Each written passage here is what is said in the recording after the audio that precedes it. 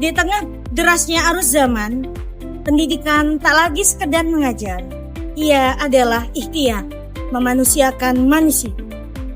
Dengan project based learning, kita tidak hanya belajar menyelami masalah, namun kita belajar bahwa setiap rintangan dan tantangan akan mengajarkan kita belajar dan bertumbuh.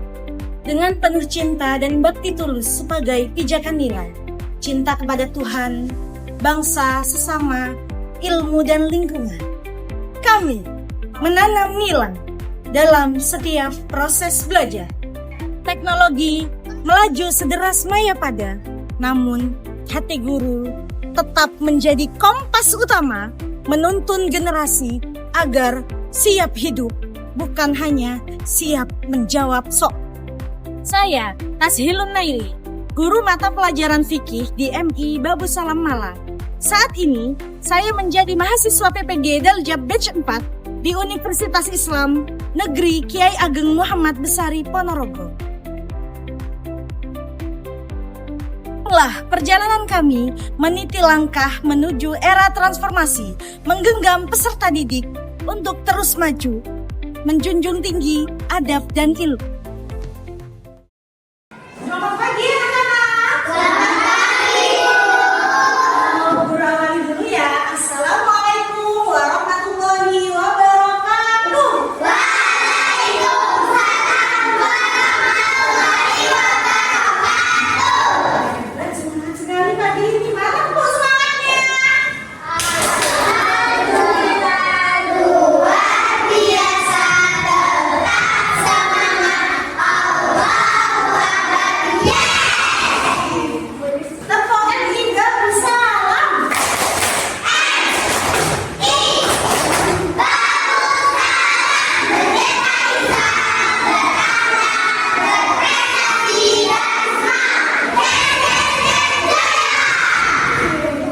Pintar sekali. Pada pagi hari ini kita bersyukur ya sama Tuhan Yang Maha Esa, kita diberi kesehatan, diberi kesempatan untuk belajar pada pagi hari ini. Kita masuk di materi sholat berjamaah. Sudah pernah sholat di rumah? Kalau sholat berjamaah di mana? Setelah masuk ke materi, kita baca doa sama-sama ya. Baik, dipimpin membaca doa.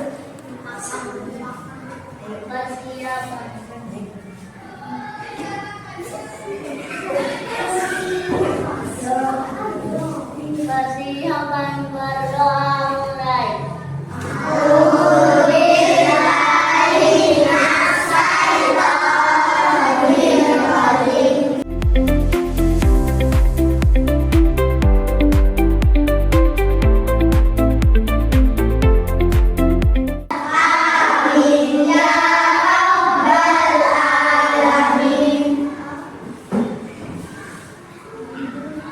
Alhamdulillah berdoa selesai. Sebelum kita mulai pelajaran,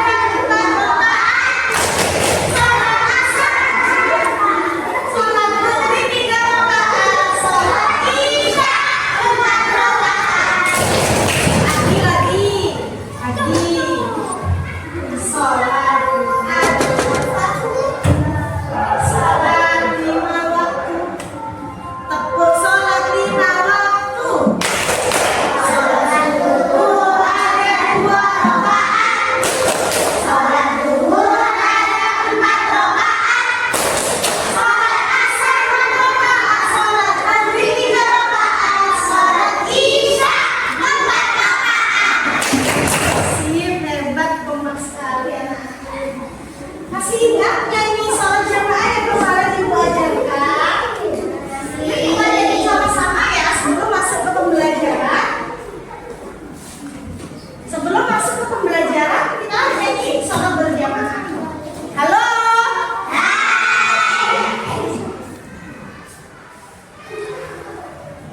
Sholat bersama-sama berjamaah.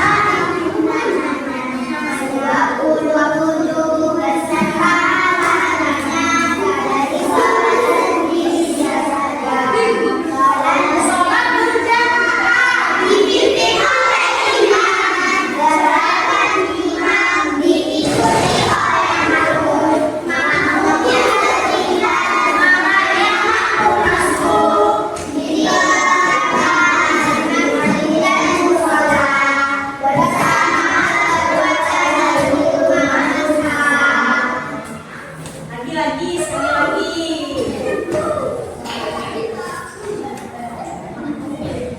Sholat bersama-sama berjamaah itu namanya 27 bersama dari sholat Indonesia.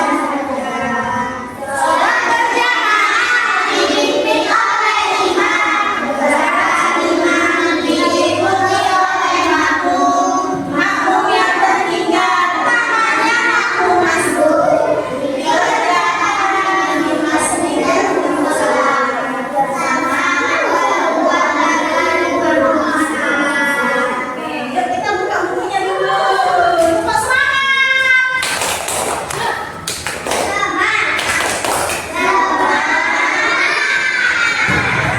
Lebih semangat.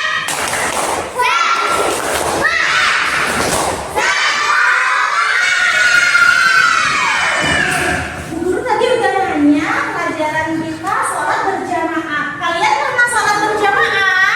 Pernah. Sholat di masjid pernah? Pernah. Masih sholat berjamaah itu? Sholat bersama. Maksudnya bersama-sama itu ada siapa sholat berjamaah? Ada makmum, ada imam, sama ada makmum. Jadi minimal berapa orang sholat berjamaah? Dua. Yang satu imam, yang satu makmum.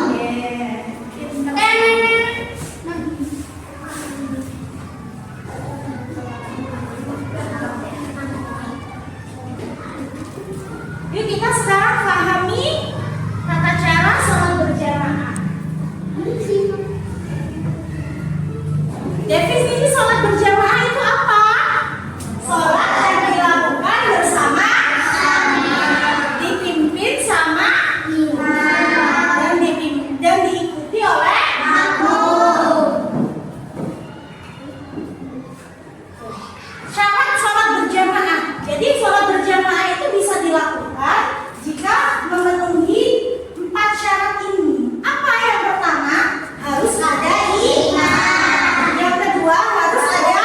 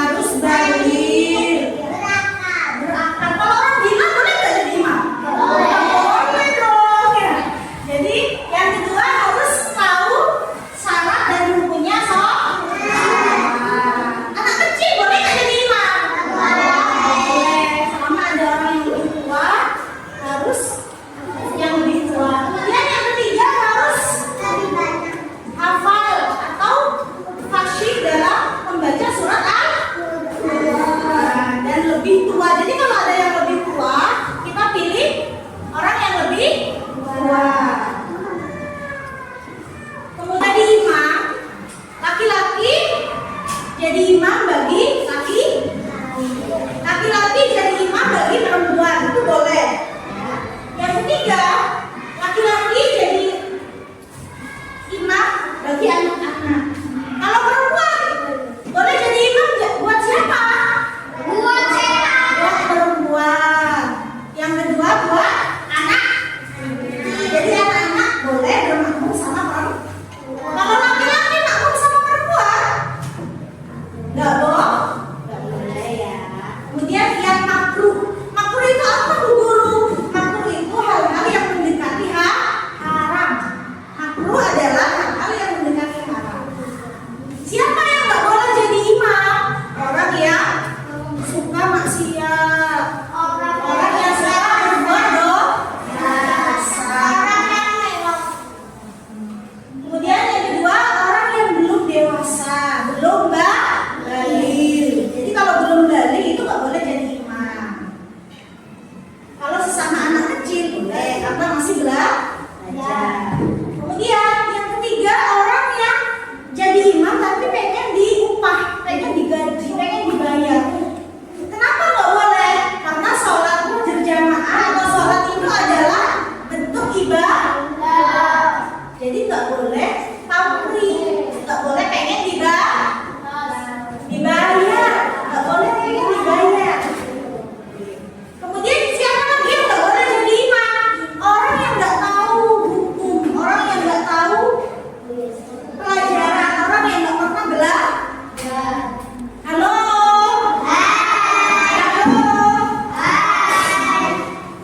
Sekarang kita masuk ke kewajiban imam. Apa aja kewajiban imam? Harus menertibkan saf. Di depan itu kan ada saf ya, saf imam yang dan makmum yang berjejer. Yang berjejer itu saf. Saf itu apa? Barisan. Kamu berbaris itu namanya saf. Kalau di dalam sholat. Kemudian apa lagi kewajiban imam? Harus membaca keras, nyaring ketika membaca Fatihah dan membaca surat. Membaca surat dan Fatihah yang nyaring itu di sholat apa aja? Sholat maghrib pintar, apalagi sholat isya, sholat subuh pintar. Kemudian kalau sholat yang dibaca pelan, bacaan Fatihahnya itu sholat apa? Zuhur sama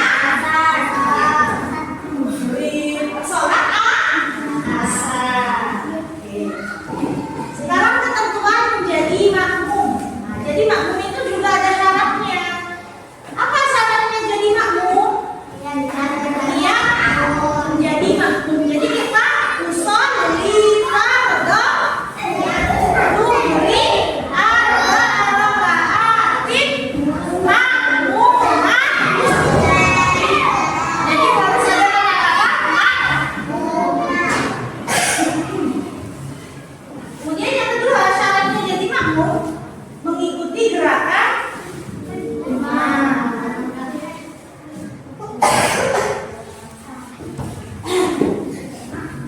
Apalagi syaratnya jadi makmum? Syifa, syaratnya jadi makmum. Yang ketiga, niat. Jadi antara imam dan makmum tidak boleh beda teman. Kamu ada di loteng, terus makmumnya ada di belakang, boleh? Nggak boleh. Jadi harus dempet, harus dekat sekiranya kita bisa melihat apalagi yang menjadi syaratnya makmum, tidak ada penghalang, satir, tidak ada penghalang antara imam dan makmum. Jadi makmum itu ada dua. Makmum itu apa aja makmum? Yuk, makmum ada dua, ada makmum muafik sama makmum. Makmum muafik apa?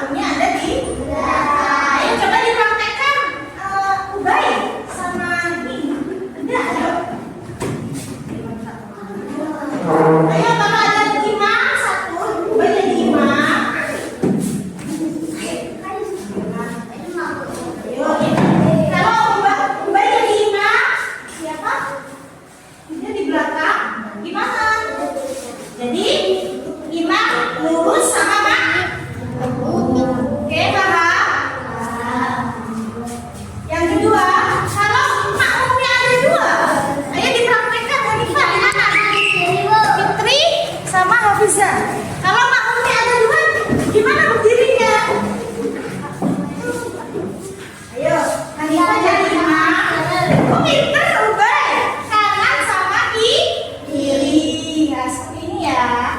Kanan sama kiri. Oke, paham? Kemudian yang ketiga, jika ada makhluk laki-laki dan perempuan, gimana? Ayo dipraktekkan sama Reva.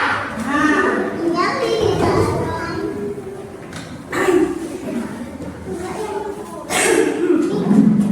imamnya Z, Z. Nah, ayo.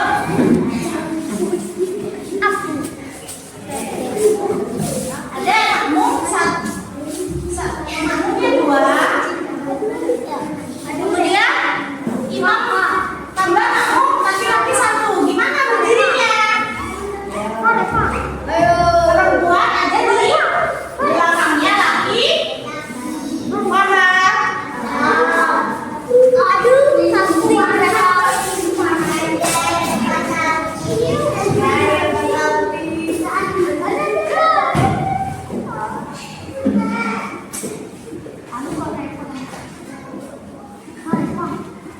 Apa sih keutamaannya sholat berjamaah itu anak-anak?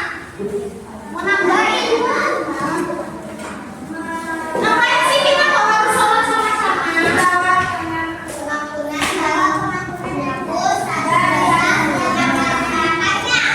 Jadi sholat berjamaah itu jika dilakukan bersama-sama itu akan menambahkan rasa persaudaraan antar satu sama lain. Kemudian jika sholat bersama-sama,